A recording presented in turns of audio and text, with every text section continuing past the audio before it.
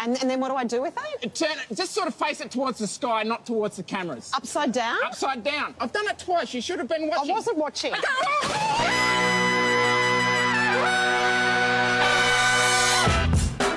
Good morning, sweet world, and welcome to the No Dunks podcast presented by Amazon Prime. It's Monday, May 26th, 2025. I'm Jay Skeets here in the Classic Factory, and alongside me, as always, Tass Mellis. I'm Tass Mellis, and I'm glad I'm not a Knicks fan.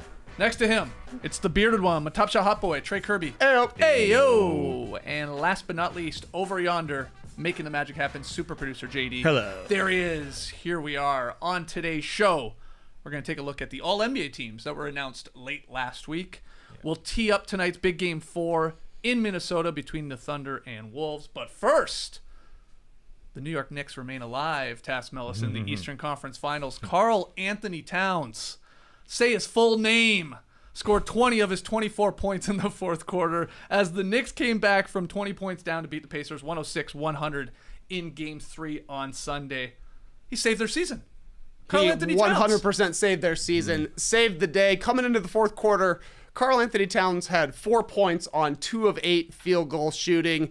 It was looking like things could go poorly. You know, Jalen Brunson was in foul trouble. He would come back in the fourth quarter, pick up his 5th in this one as well. But in the fourth, Cat went off. 20 points, 8 rebounds, 3 threes, and an assist. He was aggressive looking for his threes. One came off an offensive rebound. One came off a screen. One came him handling the ball in a pick and roll, popping over the top. That's the 3 kinds of three-pointers there are. He was driving. He started the fourth quarter with that three-pointer off the offensive rebound. Then he catches the ball in the corner with Turner on him. Reggie thought he was going to shoot a 3. Couple of jab steps, really hard drive into Turner's body, drop steps him, finishes over the top. Then he got DeLon Wright underneath, bringing the ball up in a transition situation. And then another transition, running the court, finishes at the hoop, goes into the stanchion. Could have been an and one, missed the free throw, but still incredible stuff from Towns. Contributed to the first 17 points for the Knicks in the fourth quarter. When you consider the situation, the conference finals, his team is down. They're losing this game. Brunson isn't playing well. He's in foul trouble. This is like maybe the best 10 minutes of Karl-Anthony Towns' career. You mentioned it when we were watching game 1, Skeets. Every time this guy scores, to go back down the other side of the court, he does a Sammy Sosa hop. Yeah. And he was hopping like crazy in this one. I don't know what the solution is for Indiana, but they did not have one last night. Yeah, that was so fun to watch him go off in that fourth because it looked terrible to start this game for him. He had 3 fouls in the first half that were all bad. Yeah. He bumped Andrew Nembhard at mid-court for no friggin' reason. Then he had a moving screen. Then he had Tyrese Haliburton in the post and did the hook, which probably should have been called a foul on Tyrese Haliburton before that hook. But why are you hooking Tyrese Haliburton? You can just take him in the post. You can dominate him. But as you said, Trey, only 2 made shots in that first half, 2 made shots going into the fourth quarter. And then, especially with Jalen Brunson on the bench, you needed this guy's points. He was extremely important. You could hear Reggie Miller and Stan Van Gundy on the call at all times. Who's going to score for this next team? Well, first, to get them to that fourth quarter, it was the guy filling in for Jalen Brunson. It was Deuce. Deuce McBride went on a 7-0 run at the end of that third quarter to get them a little bit closer. And then those Cat buckets were just sexy. The sexy drop step in the post, the blow by Turner, then the dunk, and then that 3-point shot with 2 guys on him. The power forward and the center with Miles Turner and Pascal Siakam up in his face. I know Towns calls himself the best 3-point big man shooter.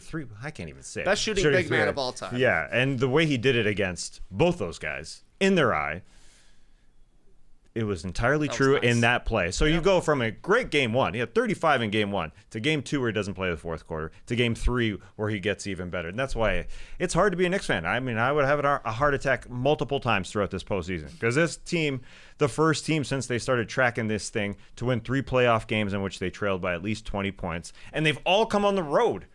So increase the amount of heart attacks for these fans. I mean, at home they're 3-5 in this postseason, but they keep coming back. Weird. We've got 6 comebacks of 20 or more in the postseason overall, and 5 of them have been done by these 2 teams in this series. It's just so fun. This series is ridiculously fun. Yeah, Cat, man, again, all those threes, like you said, all the attacking. I love that one where he cut through the lane, well-timed cut. I guess he sort of dunked over Nembhard. That was an and one. That one he did hit the free throw. Then he splashed another 3. At that point, he had scored or assisted on 22 of the Knicks' 24 points in the fourth quarter. It was all him. and he saved them. And yeah, he had his fourth foul crashing into Siakam on like an offensive rebound attempt. It was again sort of a sloppy, dumb foul. That was 8:45 to go in the third quarter. Thibs wisely there stuck with him. Yeah, he's got the 4 fouls, but we got to have him out there. And that's something Thibs rarely, really does. And let's talk about the beginning of the game. Something Thibs also rarely does is he switched to starting lineup. Mitchell Robinson into the starting lineup in place of Josh Hart. Now, I guess mixed results. It started okay. Like Mitchell Robinson was grabbing some offensive rebounds. He had a nice one where he sealed Ben Shepherd under the rim too in the first quarter, had an easy dunk. Like it was positive. I guess they were up 11-6 to start. Now, obviously that all went back to Indiana. They built the big lead, but what do you think there of Thibs' decision to start Mitchell Robinson and then obviously end this game, though, with Josh Hart, who had a bunch of rebound highlights, which you know us sickos love? Yeah, Josh Hart ended up playing 34 minutes in this game. It's like the third most of anybody on the team. So, yeah, it changed the start of the game. I don't really think it had all that much of an effect. If anything, I thought that Josh Hart was kind of thrown off by coming off the bench. The Knicks bench didn't really do much in the first half of this game, and then, like you're saying, completely turned it on in the second half. I guess it does take away the chance of like Hakamich. You're not going to start fouling this guy at the start of the first quarter. So that's something going the Knicks way. They also weren't down by 15 at the end of the starters run. The starters for the Knicks have been terrible in general this playoffs. Even going into the season, for whatever reason, it's their worst lineup, but their most used lineup. That's Thibs for you. But he also closed with the starters in this one, and it worked out completely. And I don't know. I think that Cat being in foul trouble and Brunson being in foul trouble kind of helped the Knicks. They both play better when one of them is sitting. Like, Towns didn't score very much once Brunson checked back into the game the last 2 minutes. Brunson hit like that nice floater, got to the free throw line for a couple. They don't always maximize each other, but when Towns is the only scorer out there, Reggie Miller, even though he was asking a million times, who's going to score for this team? It's going to be the guy who's the leading scorer. It's Brunson when he's out there, and it's Towns when he's the one out there. They just kept running it through him, and just really, really great stuff. I would have liked to see maybe one double team from the Pacers. They were just letting Miles Turner get roasted every single time. He had a terrible fourth quarter. Couldn't make a shot on the offensive end, and then he was the one getting scored on for most of these baskets by Towns. A lot of them were drives where he's just too big and strong for Turner, but he lost them on that back cut. Completely turned his head. Easy dive for Towns for the dunk there. Shooting over the top of him. Siakam guards Towns better. He stood him up a couple of times here in the fourth quarter. Now, he's probably not going to play a full 48 on Towns, but I think that is the move for the Pacers if they want to eliminate Towns in these sort of scenarios, because it definitely ain't going to be Tony Bradley. That guy was playing in the fourth quarter. Are you kidding me? Crazy stuff from Rick Carlisle. And then Turner has proven that he can't handle him, really, in this series when Towns is rolling. Yeah, it's hilarious. In that Pascal Siakam started against Karl-Anthony Towns in this game because he put Mitchell Robinson at the 5. It's going Mitch versus Turner and Pascal versus Cat. And again, Cat was 2 of 7 in the first half. Lots of fouls, foul trouble. Not looking good. Pascal's doing a very good job in that sense.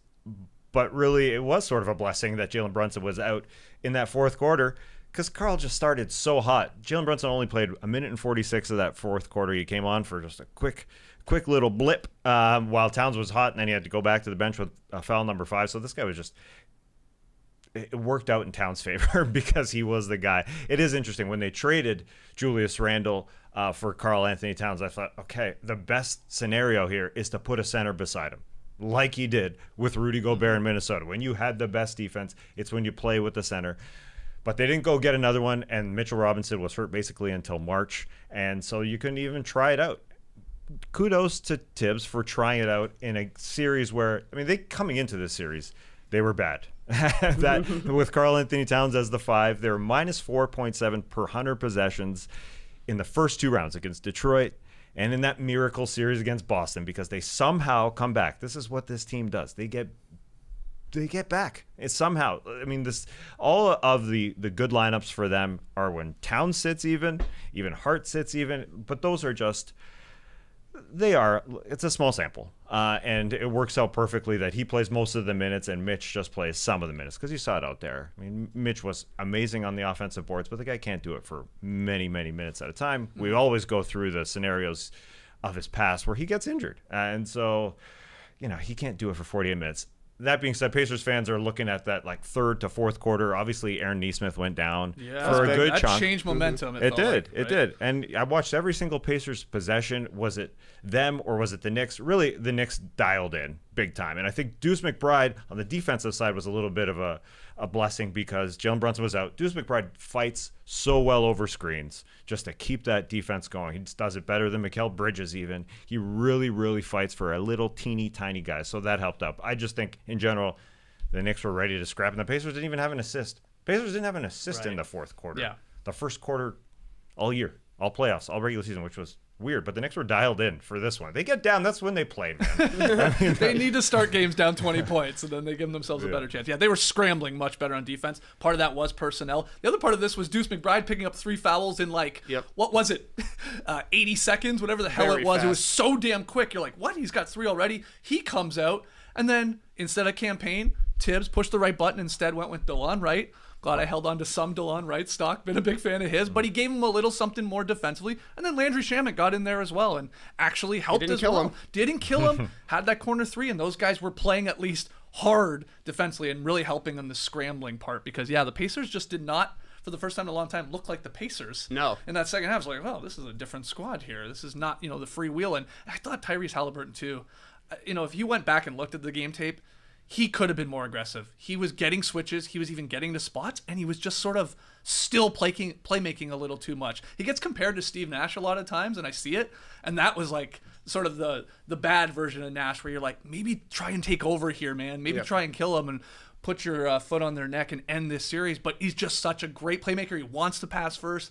I thought he was turning down some opportunities that he was getting good looks at, and he just was kicking out instead to corners. He had some 3-point shots he could have taken, I thought, in the fourth quarter. Yeah. I thought Nembhard was the same. They were just passing him up on a night that they didn't shoot very well. Just 5 of 25. Yeah. 5 is a bad number. 25 is maybe even a worse number. That's a low attempts for a Pacers team that they want to score inside is their number one thing, but they are good on the kickouts, and this is their first bad shooting game of the playoffs. They've been like a 50, 40, 90 team basically as a team. They're probably not close to 90 on free throws since Siakam's been a brick fest, but 50 and 40 for sure. This is the first time they haven't shot the ball well, but a lot of it was the Knicks defense. I thought kind of an indicative possession was in the fourth quarter, 4 minutes left. Bridges and Towns, of all people, blow up a Halliburton-Turner pick and roll 2 times. Halliburton can't get anywhere.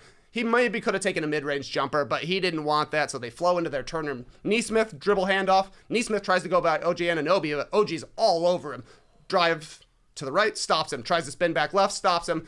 Nesmith goes for the floater, and OG just sends it into the first row. That was awesome. Incredible block, but it was like the Pacers are so good offensively because they don't just have one action. They have one action into the next one. Then if that's not working, we're switching sides. And the Knicks were all over it in the fourth quarter, playing defense, blowing up the first stuff that was happening, and then still having enough juice left on the end to finish it. And then actually grabbing rebounds at the end as well. They are the bigger team, and they looked bigger, I thought, in the fourth quarter. With Towns as the defensive 5, Mitchell Robinson played 30 seconds in the fourth quarter. So awesome from Towns on the offensive end, but for him to play as well as he did defensively was huge. A little concernicus, I would say, for the way he was grabbing at his knee in the fourth quarter. He asked out in the last couple of seconds here after Brunson checked in, and you could see him every time he was jogging down the court, flexing it, trying to get it feeling right. Who knows what sort of impact that has going into game 4, but they're going to need this sort of Towns again. Yeah, it was scary there. He started grabbing his knee when nothing happened. I mean, it was just a Weird random, landing, maybe. Yeah, possibly. And then he got beat because he was hobbling both ends of the floor. But kudos to Thibs for continuing with that same rotation. I thought Shamet in the first half, they hit him and DeLon Wright weren't all that productive. They were -7, or DeLon Wright was in that big stretch of his. But Thibs keeps with the guys, and they fought in the fourth quarter to get them back. Kudos to them. Kudos to that team. That was just an incredible fight where they covered every guy, and the end result, the end move for the Pacers in a couple of possessions was Aaron Nesmith in a post move. I mean, that ain't gonna work. So They were like, they sort of let the Knicks off the hook too. When then Brunson was out there, like there was like 5 straight possessions. They didn't include him in any action. Could have like fouled him out, and didn't, really go at him all that much. Sort of gave him a free pass there. And I get it. Like that's sort of how the Pacers are not going to like sort of exploit something and like run their offense through one guy, because it's like ping, ping, ping, ping, ping, side to side, like you said, Trey. So you don't want to like veer away from that too much, but maybe a missed opportunity. I will say though, there was a lot of Jalen Brunson looking down at Thibs like, am I coming back in here, man? Put me in? I'm the clutch player of the year. This is a close game. And he sort of like continued to stick with those guys, like you said, then got him back in. And what did Brunson do? Hit that. That was a tough shot. That was nice. That little, like, I don't know, sideways floater. I think Nesmith draped all over him, got it over, right, and that was a huge with bucket. his left hand. That was awesome. So it came through obviously with that one, but this was the cat game. This guy, man, what a roller coaster ride with this guy. I saw CBS Sports, right? We've seen every version of Towns in this series: the shooter, the aggressor, the pacifist, the frustration fouler, the playmaker, the turnover machine. It's all in there. Yep. It is. From game to game, you get different versions of Karl-Anthony Towns, but pick the right time here in game 3 with the season on the line. Game to game, quarter to quarter. Quarter to quarter. Yep. That's what I meant to say. This guy got benched in the fourth quarter Yeah. of game 2, and if he would have played similarly in the fourth quarter, he is the number 1 scapegoat for the New York Knicks, Yeah. I think, after the way games 1 and 2 went, and then if he would have continued playing 4 points for 2 for 8 shooting through the first 3 quarters, and then he just completely caught fire. It was crazy. Thibs completely outcoached Rick Carlisle in this one. Like, there are ways to not let Karl-Anthony Towns be the only guy scoring. When Reggie Miller is calling it out, it's because you look at the lineups and, like, literally who is going to score. Now, Reggie was saying it when the Pacers had Siakam and Halliburton on the court. Who's going to score? I don't know. Maybe they're 2 leading scorers. Yeah. But I did agree with him on the Knicks side of things. Yeah. Yeah, Siakam, the guy who scored 39 in game number 2. Who's going to score for the Pacers here? Well, I don't know. Their top 2 guys, maybe. But But they didn't. Yeah, He was right. they did. Yeah, and kudos to Towns, obviously, for picking up for Jalen Brunson, who had a bad night. Mikal Bridges, who had a bad night overall, both 6 of 18 in this game. And OG, who never really gets talked about, although we talked about his block. The guy came through with big threes He in this was game. good. Yeah. He was really good, I thought, He was this game. feeling it. He was into it. There is something to be said. When your number 1 guy goes out, we got to do something here. And he definitely played that part in this game overall as well, with 3 monster blocks. OG just freaking does it. And Reggie Miller likes to say OG, so it's fun to hear that as well. And Josh Hart coming off the bench, I think you're right, Trey. He sort of was like, I hadn't done this in a long time, a little weird maybe in the first half, but man, the guy comes through, 8 points, 10 boards, 4 assists. He had a steal, doing Josh Hart-like things, and man, he had a couple rebounds. 2 huge That ones. one rebound was like the game-saving rebound. Again, we always joke like we love a rebound highlight. That was one of them that you would put in the pack. That was massive. Like one of the smallest guys out there just comes screaming in to grab that one in traffic. And he gets hurt while doing it. Yeah, falls to the ground. Classic Josh Hart. What a freaking series. I know. This series is amazing. Yeah. All 3 games have been amazing. Great. Yep. Never thought I'd think about Tony Bradley since. I mean, we watched him pick up. Who was it when they played the Bulls? Was Steven it Adams. He picked Steven up Adams. Steven No, Adams Steven picked Adams up picked him up. Yeah. Right. And now we watched him here in the G League this year, playing right in front of us. Now he's playing in the playoffs. 15 that's the minutes problem. in a game 3 here. That's the problem. It's like the Pacers have to play the worst guy in this series. Yeah. It's either going to be Thomas Bryant or Tony Bradley, but they got to play a big guy because Mitchell Robinson has size that the Pacers don't have. Same with Towns. If they're ever running a double big out there, they got to play one of these 7-footers, and they both stink. Like Thomas Bryant is somehow worse than Tony Bradley, and Tony Bradley played in the G League the entire season. But this playoffs has taught me to put a little respect on the second quarter. I think it's the worst quarter in a basketball game, but Tyrese Halliburton got a dunk, puts Indiana up 20 with 3 minutes and 20 seconds left in the second quarter. He's grabbing his jersey. He's showing Indiana. He's yelling to the fans. But the Knicks scored on 4 of their 6 final possessions in the quarter, a 10-3 run. They turned a 20-point lead into a 13-point lead, gave themselves a little bit of life going into halftime. And I got to say the turning point in the game was when Tony Bradley took a three-pointer. 7 for 15 in his career. That was his first playoff attempt, and the Pacers were outscored by 25 from that moment. Oh, geez. The Tony Bradley 3 that missed. I'll never forget it. That was big. I've seen his 2 biggest moments in his career. One was getting picked up by Steven Adams, and I saw him go 5 for 5 in a fourth quarter of a playoff game when his team was losing by 30. Oh, okay. Yeah. He was on fire that game. Yeah. He had a plus. He has a positive plus minus in that game. It's amazing. Yeah, Bulls lost by 31, but he was a +1. It was against the Bucks. Yeah. Yeah. So we've seen the best Bradley moment. Yep. We've also seen the best Thomas Bryant moment when he closed out the Cleveland Cavaliers in that third quarter. He was dropping points. What did he have? Like he had. I'm looking here at the box score. He had 9 overall, I think. 8 straight in that third quarter, something like that. Close to it, anyways. He was awesome. in that series. But they can't play him in this series just because of Mitchell Robinson coming off the bench, but now he's starting. Maybe that changes. Probably not. Best Thomas Bryant moment is his post up during LeBron's record-setting shot. Oh, yeah. The most memorable. That's what he'll be remembered for. Yeah, exactly. Yeah, you remember both Tony Bradley and Thomas Bryant for things that aren't basketball plays, really. Man, are they the same person? Tony Bradley, 2 first names. Thomas Bryant, 2 first names. Both 7 feet.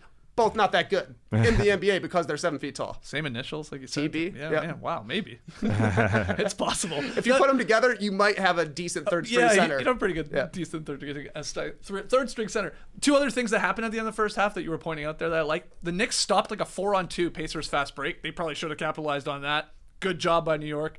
Still fighting to end that first half. And then, Bridges hit that 3 in the corner that got it to like 13. And you're like, okay, maybe there's a chance. Maybe they're still in this. Because that point when Halliburton's dancing and popping the jersey, it was like, uh-oh, this one's getting out of control. Though it is the Knicks, and they love being down 20. And they come back again.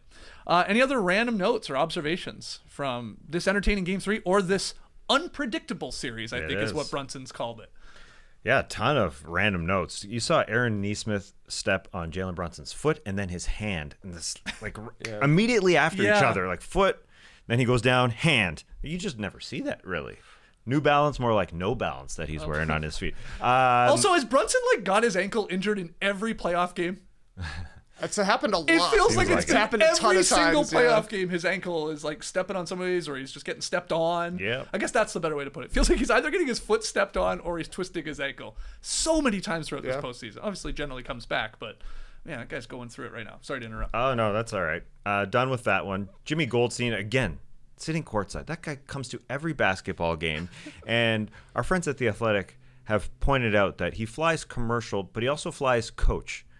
You'd think a guy who's obviously incredibly rich would either fly private or fly first class. The guy flies coach every single time, and that's how he's rich, I guess. Oh, he's saving money. Yeah. How much money has he saved by flying coach? He seems like a smaller gentleman, so I'm sure he can fit in coach. That's true. Pretty well. Shouldn't be a problem. But here's my question: what does he do with his hat on a plane? That's one of the most Have you complicated ever things, seen him without a hat? That cowboy hat?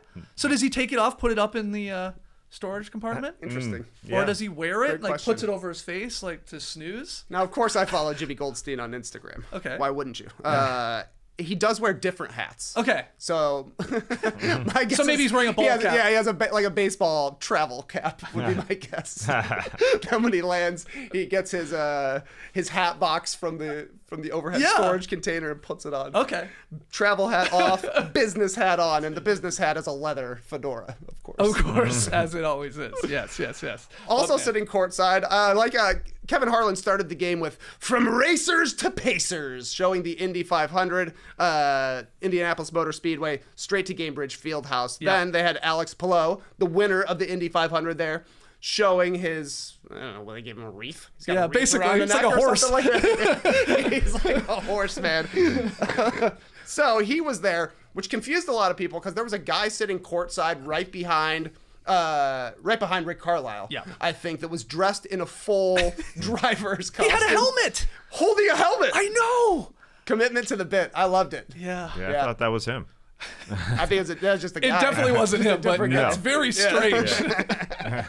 Very strange. But have you seen that Indiana is now 0-4 all time when playing on the same day as the Indianapolis 500 was run? Wow. They've never won. Also, I went down a rabbit hole because Harlan, when he was showing the winner of the 500, he said over 300,000 people at the event. I was like, what? 300,000 people? How the hell was there 300,000 people? I'm like, was there multiple race days? Is that what he meant? So I start looking it up. Oh my God, this is nuts. That speedway can seat 250,000, and then after general admission is accounted for, the speedway can hold up to 350,000 fans. That is more than twice the size of the next largest venue. You want to take a guess at the next biggest American sports venue? Next biggest American sports venue. It can hold like 170,000 apparently. University of Michigan football stadium? It's a good guess. No, Churchill Downs. Okay. with the race, Yeah, sure, the makes horse sense. racetrack. So, but I don't know. I got shook by those numbers. What's the population? That's too big, man. That's too many people. And I don't know if this is real, but I saw one of those things like they show the size of the speedway, and it's like you don't really actually understand how big it is. Like apparently you can put the entire like Vatican City, and it will take up like only 1/4 of it. Again, I have no idea if this is true. This is the internet showing me this. But I do believe the sheer size of it is something else. Well, it's got to be to put 350,000 people in a test. Right. That's crazy, right, man. Right. Crazy. Amazing. Okay. Well, I Really mean, phenomenal. Anyway, each I was lap of freaking the out. oval track is 2.5 miles. So yeah, it's So it was like a mile on each straightaway. It's huge. It is big. It's huge. Yeah. Yeah, because it was like people were like, you can put Yankee Stadium there, and it takes up like no space within the infield. You know what I mean? Cool. I don't know. It's pretty cool. That's cool. Okay. That's Speaking big. of That's cool, did you like the Vroom baby T-shirts that they handed out? Gold and blue T-shirts for Game 3. Yeah, I'd like it. Yeah? Boom Baby's their thing, right? That's right. And come on, it's a Indy 500 day. This is good. Vroom baby. I mean, I immediately thought of our Fast Friends podcast. Vroom vroom. Yeah, vroom vroom. We would always say when we would do our rewatch of all Tear the the sleeves Fast and off at Furious. Vin style. So there was Pretty that. solid. I got a few other random notes. One of the most hilarious turnovers of the season so far, there was like a weird deflection and it went to half court, and Mathurin tried to save it, but he sort of like fumbled it going out of bounds, and it started to like go into the back court, but he couldn't touch it again. So he just like decides to block Josh Hart from getting at it. And watch Turner come flying in here to like sort of try and save it, but the shot clock expired. My favorite part is like Harlan didn't even know what to do. He just like remained silent for like 8 seconds. That was a pretty funny play. Because it was like sort of a weird one. You're like, okay. Because if Mathurin touches it, it's Nick's ball. Okay. Yeah, why is Miles Turner trying to save it? There's nothing to save. I know. Well, It's- well, like in his defense, if there was more time on the clock, he could have tipped it, and then Mathurin could have picked it up, and they could have gone, because that would have been fine. Oh wait, No. maybe it wasn't over and As soon as back. you touch it in the Yeah, back court, yeah. it's over. Well, there was Miles it Turner wasn't was touching confused it, too. yeah. There was going to be 2 violations. You're right. It was going to be over and back or travel on Mathurin, right? Because he had the ball. he did touch it Yeah. last. Yeah. Anyway, very weird is my point. Yeah, I think I made everybody perplexed. Even just Miles ki- Turner, I think. Reggie was like, "Well, it killed some time. I Yes, guess it did. Killed like 7 seconds in the second quarter." But yeah, very very funny moment. Anything else you got? Yeah, one random note for me. Why it's always fun to watch the in-arena feed. No commercials. You just see everything that happens in the arena during these breaks. Roy Hibbert was there. A lot of people there. Roy Hibbert got put on camera. He's drinking this normal-looking drink, and then he decides, all right, I'm going to crack a bottle of water and chug it. I guess it's just tradition for everybody on camera to show that I can chug something. I can chug a beer, because that's what the tradition is. I'm here getting drunk. He just decides to pick up a 500-milliliter bottle of water and gulp, gulp, gulp, gulp, gulp, gulp, gulp, gulp. Did people gulp, cheer? Gulp, the whole thing. Just gulp, gulp, gulp. I don't think so. The sound was not coming through the speakers. But it's super fun watching all these things happen, watching that half court or these halftime shows. Because in game 1, Oh yeah, it's Scooby last night. it was Nice. This series pretty stacked. Mary J. Blige game 1, Busta Rhymes game 2, and then here in 3 it was Christian and Scooby. They did half court. Great job by Scoob. Halftime. Scoob is Yeah. excuse me. Halftime was fun. Christian killing it. These handstands, one hand handstand, then the 2-hand handstand, and Scooby's 360 dunks. But then he came out for a break midway through the third or something. They asked him to come out again. Does he get paid more for that? I would Like hope so. he did a thing again. Because he was that good, I guess, at halftime. I guess he got the Encore. Well, what do you mean? Yeah. What else does he do? What do you mean? What like did he do the same thing? Yeah, like, basically. Yeah. Scoob. Oh. Well, Christian didn't do anything. Christian didn't do any It was more all handstands. Scoobs. It was all Scoob. Okay. Scoob did another 360 dunk, I think. Did we ever tell that story, by the way? Like, we shot something with Christian and Scooby in Paris. yeah. Did we ever tell this story that we hung out with them at the airport for like an hour? Uh-uh. I don't think we did, go did on. we? No. I mean, there's not Yeah. much to say, but Yeah. JD and I just sat with him, Christian's wife, and Scoobs. And like it was it was crazy like how many people come up and and Scooby though just like he just wanted food, he just wanted breakfast the whole time. Like he's pretty demanding. Like He always wants a Scooby snack. yeah, of course. he's a bit of a diva. I mean, if we're being honest, like, he is the star. I get it, but then they just sort of ignore him, and then he chilled out. But I don't know if you had anything to add, JD. Just that took pretty me much back summed to it a up. Paris airport sitting with Scoops. Yeah. I mean, Christian was being a little bit of a diva, too, because we were all being divas because we couldn't get any food in that goddamn airport. That's an insane terminal, yeah. I mean, we're in Paris, France, and you can't get food. Yeah, can't get coffee. That was crazy. nuts. I had to go to a sushi counter to get the worst coffee ever. Yeah, that was What? weird. That was weird. Sushi coffee. Yeah. Anyway, a few We should other do a notes. podcast with Christian. Yeah, it's awesome, man. He's It was got so awesome fun stories talking for to him. sure. Oh, yeah. Few other notes. Back to Reggie Miller. He had a funny line. He just said, quote, "They used every inch of that 24-second shot clock." I like that, actually. Sounds like something I would That's say. a great for one, sure. yeah. I did like the combo of Reggie and Stan Van, because Reggie's always he's supporting what's going on the floor. Stan Van's like, how is that a foul? Right, you know, right. that Yeah, kind of yeah. thing. It's a good balance. Yeah, decent balance. So close, guys, to having a wedgie. Oh, yeah. Miles Turner. That was in the fourth quarter. That was actually a big part of the game. Yep. He fired one from the wing. I still don't really know how it didn't stick. Like, it sort of like boom, for a second, and then came right back out. And I was like, damn, we could have used it. We're still stuck at 48 wedgies. It's been a long We time. haven't had a wedgie in 31 days. We went an entire month without a wedgie. I don't know how many times in the history of tracking these where it's been that long without one. But we desperately need one. And there's been a couple almost wedgies like through these conference finals. That one looked like That one. one was the closest I thought. But anyway, didn't stick. And I think that's all I got in my notes. Anything from you, TK? Yeah, great tweet by Fred Katz. He says, when I walked into the Knicks locker room post-game, Mitchell Robinson said to Fred, "You know, I have a friend who looks just like you." Fred replied, "Oh, really?" To which Mitchell Robinson responded, "Yeah, he's really ugly." Fred Katz just gets dunked on left and right. Yeah, he's like, I got to report this. Hey, man, you didn't have to tell us. That's true. That's why he's a great sport. That's right. Yeah, that was him and Fred have a long time relationship because he's the one who caught Mitchell farting, right? That was the Athletic article. Wow, it was Mitchell officially, huh? No, it never came out. The fart did, but the report of who actually farted did not come out. But it Right. seems like it was Mitch. Okay. Could be. Yeah, that was. Is Mitch one classic. of these Knicks that calls Fred Matthew too? Don't they like refuse to call him by his? I think you're right. by- Yeah, his real name definitely is could. Matthew, but he goes by Fred. I always love that bit too. Hey Matthew. God damn it. Anyway. Eminem. Great stuff. Obviously an incredible series, and just like it's excited both these series that we're at least getting 5. You know That's what I mean? right, We were looking at the possibility of some sweeps here. We're at least going 5, and it feels like we could be going, maybe 6 or 7 in both of these. We'll find out, and we'll get into Game 4 of Thunderwolves in a second. But let's talk a little All-NBA. NBA announced its All-NBA teams on Friday night, headlining the list. League MVP Shai Gilgeous-Alexander, and rounding out this superstar team, you got Giannis, you got Jokic, you got Donovan Mitchell, and you got Jason Tatum. 4 of those guys, if you take out Mitchell, all unanimous first-team selections. All-NBA second team consists of Jalen Brunson, Steph Curry, Anthony Edwards, LeBron James, and Evan Mobley, making All-NBA second team. And finally, All-NBA third team composed of Pistons guard Cade Cunningham, who just made himself a whole lot more money, Tyrese Halliburton, James Harden does make it, Karl-Anthony Towns, and Jalen Williams, J-Dub of the Thunder.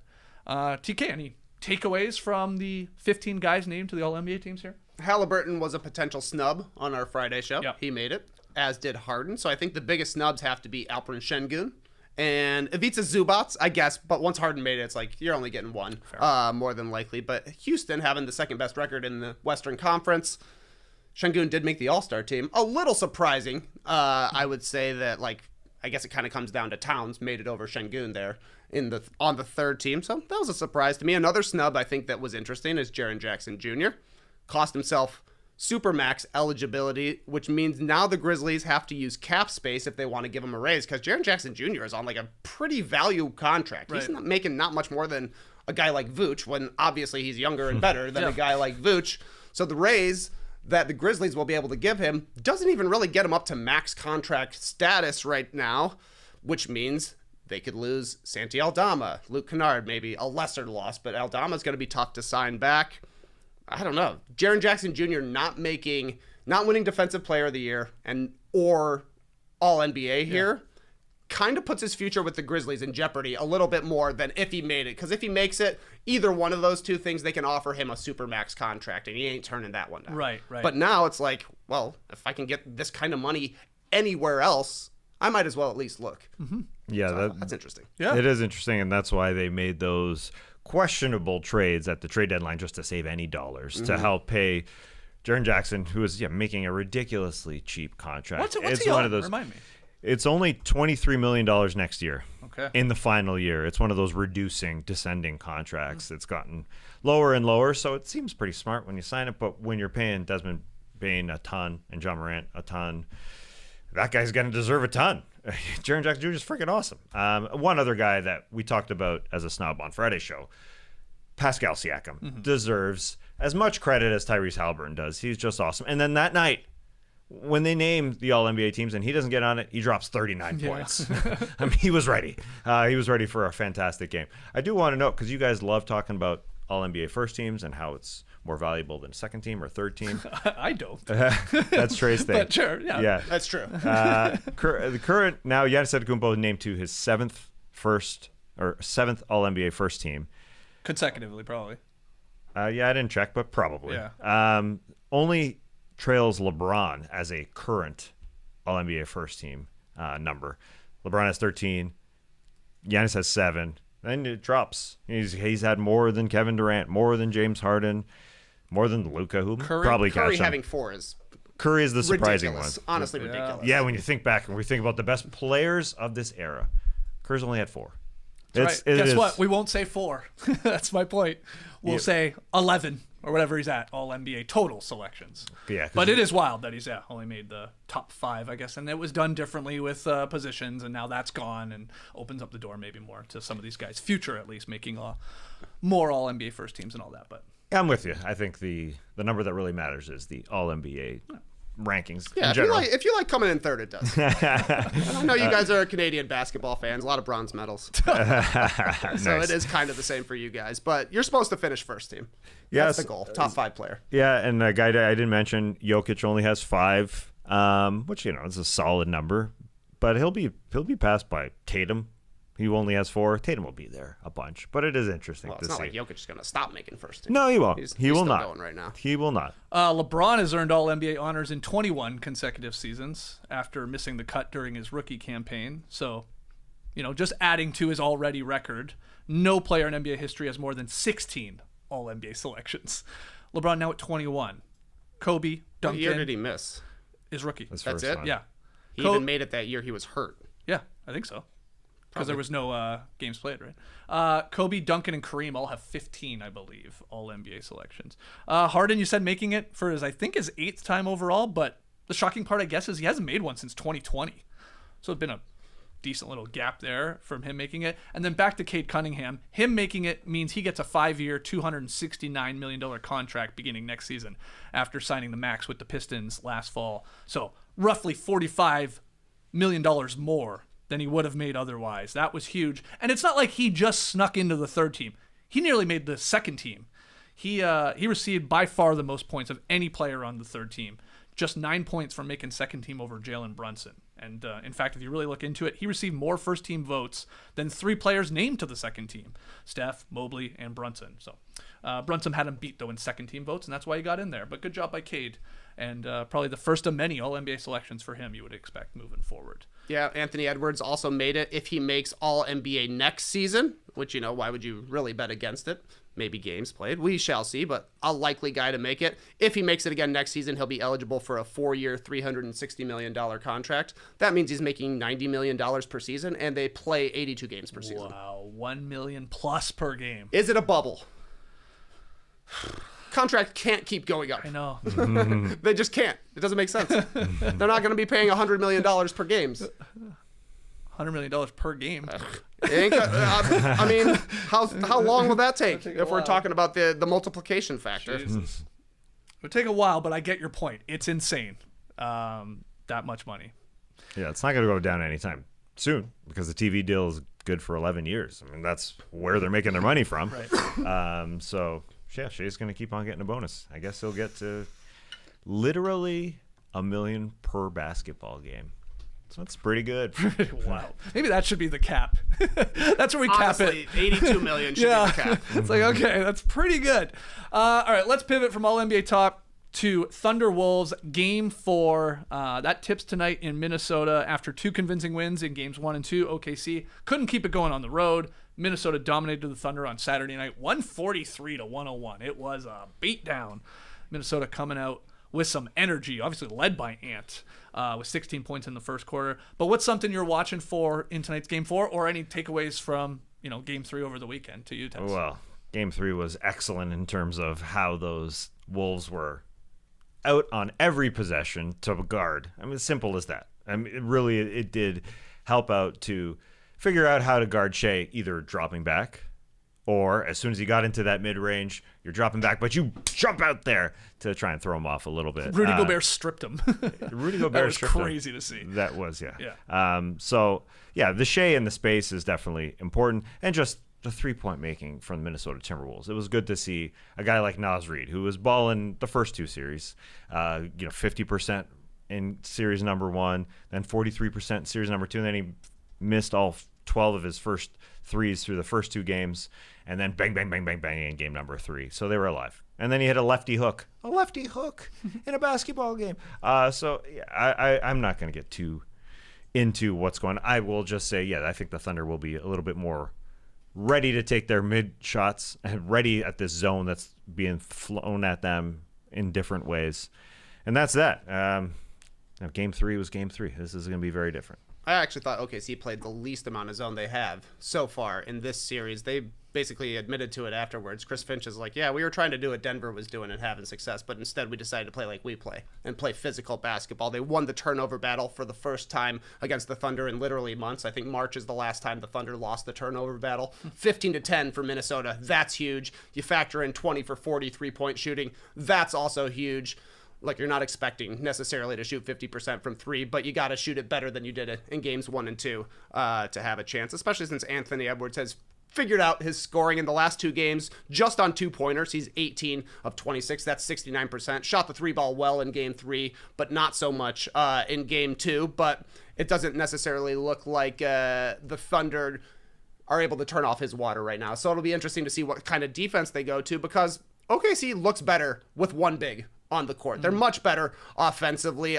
That's a huge part of the reason I think they're able to shade so many guys at Shea, because anytime he's coming around a screen, they had Gobert way up high to try and take away the mid-range game. They didn't have Jaden McDaniels picking him up at half court because you're not shooting half court shots. So Shea took 5 threes. That's the most he's taken in a game so far this series. But he's seeing 2, and everybody else is just helping off the Thunder role players. They're going to have to hit threes for them to respect him, and I just wonder how soon Daigneault pulls Isaiah Hartenstein for Alex Caruso. I assume would probably be the guy who would step into the starting lineup, if not a halftime start like we've seen before. But I think that OKC is going to want to get a little bit more quickness, a little bit more offense, since we finally saw Minnesota really assert their size, I thought, in this one. Yeah, the key word from game 3 from both sides was physicality. Everybody was talking about that. I think there was even that clip of Shea on the bench as the game was a blowout, and he's talking to like one of the young guys going, we lost this game because they punched us in the mouth. Like, they came out physical, they set the tone, we couldn't counter, didn't have an answer. So you would expect them to be ready for that. Now, always when you hear that going into a game, you're like, how are the officials going to let them play? Are there going to be a tight whistle? And we're not doing that tonight, guys. Or, like we've seen a little bit more in the Knicks-Pacers series, if we're being honest, like, the whistle's been a lot more loose, and like, they've allowed them to be a lot more physical. Where I think in the West, they've had a tighter whistle for the most part. So we'll see. Excited for game 4. Big game, obviously, in Minnesota. I think it's I was going to say it's an 8:30 tip, but that's a lie. It's an 8:44, maybe 45 tip. Perfect. If it's on ESPN, you're adding 14 minutes. If it's on TNT, you're adding 5 to 6 minutes. That's how it goes. So just keep that in mind. That's right. All right, so excited for that. We'll be back here tomorrow to talk about Game 4 in detail. Before we go, I want to know, how was Mission Impossible, The Final Reckoning? The Final Reckoning. You went and saw it. You did not? Did you not? I saw it Saturday night, IMAX. Oh, nice. I would say good, not great. Okay. Good, not great. If you've read any of the reviews or heard any of the reviews, they're all completely accurate. Uh-oh. Well, I mean, the review is that it's a slow start. The first hour, it's a bit of a clip show, if we're being quite honest. Oh, wow. Weird stuff from Mission Impossible. But then once Ethan starts going nuts, man, then it's special times. Once the reckoning happens? The final stunt in this one, the big stunt in the movie, one of the all-time great Mission Impossible stunts. Is this the plane one that we're seeing everywhere? And obviously, okay, it's incredible. And it's even better than you can imagine. I assume it looks, IMAX be amazing. Yeah, it was awesome. It was awesome. But there's also another good earlier stunt for sure. So like when it comes out on streaming, I'll just fast forward the first hour. Wow, it's that sort of slow and boring? Well, a little bit. I don't know who this would be, but it seemed to me it would be, you could come and see the final Mission Impossible without knowing anything prior to it. Was kind of what they were trying to do, like reminding us about stuff that happened in the past. There's a lot of throwbacks to characters from the past, a lot of tie-ins that don't really mean anything for the series. So if you were thinking, I need to do a full Mission Impossible rewatch before watching this one, you don't, because they're going to tell you what happened. So it's like people on YouTube generally do those type of things. Like, hey, before you go see Final Reckoning, here's all you need to know about Mission Impossible, but they just decided to put that in the movie. Kind of. Okay. They kind of did. Okay. But then, like I said, once they got into the impossible missions, it was awesome. And I don't know, if Ethan were to ask me to trust him one more time, of course I'm gonna do it. I trusted him for this one. I was a smidge disappointment, but if he asks me again, I'm gonna trust him every time. Where are we? Where do we stand with this series? Like, is this done? Like done? It could be over. With him? I mean, the way that the movie plays out, it could be over. Okay. But he ain't gonna stop. Can't stop, won't stop. There's no way. Oh, okay. It doesn't matter if you've watched any of the previous movies. You're good if you come out with a new one. Yeah, that's true. Okay. Well, all right. Well, did he sell you? Yeah, I'd watch it, of course. I mean, I do want to see it in IMAX. I do want to see this airplane stuff in IMAX.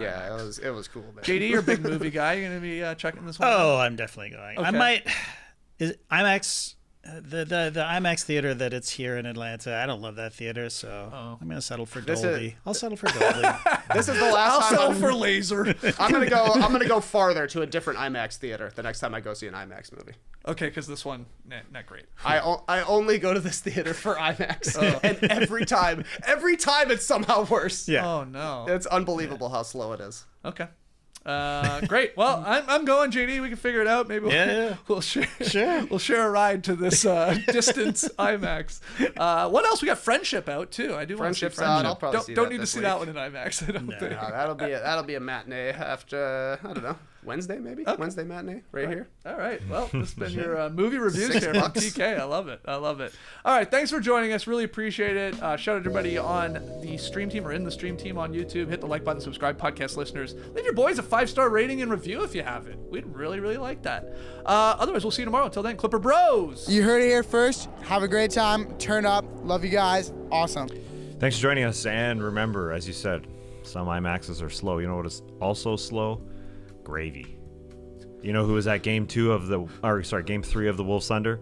Young Gravy. Oh, yeah. We'll want to see if he's old Gravy tonight.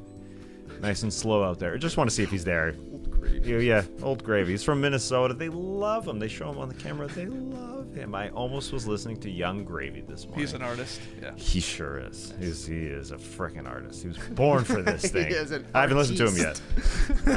But I'll find out soon. All right. Embrace the Young Gravy, people.